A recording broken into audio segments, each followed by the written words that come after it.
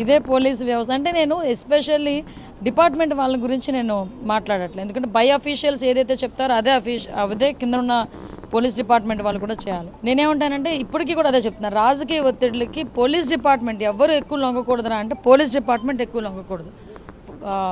So అది last 5 yearsలో కూడా వాళ్ళు చాలా ప్రెజర్ పెట్టారన్నా వాట్ ఎవర్ ఇట్ మేబీ ఏం చేసినా మమ్మల్ని అయితే చాలా ఇబ్బంది పెట్టారు. ఎస్పెషల్లీ నన్ను అయితే నా మీద 23 కేసులు ఉన్నాయి, నా మీద అట్రాసిటీ కేసు ఉంది, ఇప్పటికీ కూడా కోర్టుకి వెళ్తున్నా అట్రాసిటీ కేసు విషయంలో. అటువంటి సందర్భాలు చాలా ఉన్నాయి.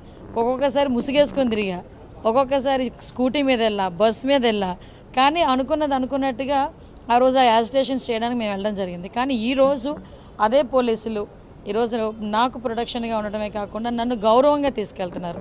ఇదంతా సాధ్యపడుతుందంటే అది చంద్రబాబు నాయుడు గారి దయ ఈరోజు. ఎందుకంటే చంద్రబాబు నాయుడు గారు నన్ను ఈ హోమ్ డిపార్ట్మెంట్కి నన్ను అలాట్ చేయటమే నాకు వచ్చిన పెద్ద responsibility, at the same time పెద్ద గిఫ్ట్ కూడా.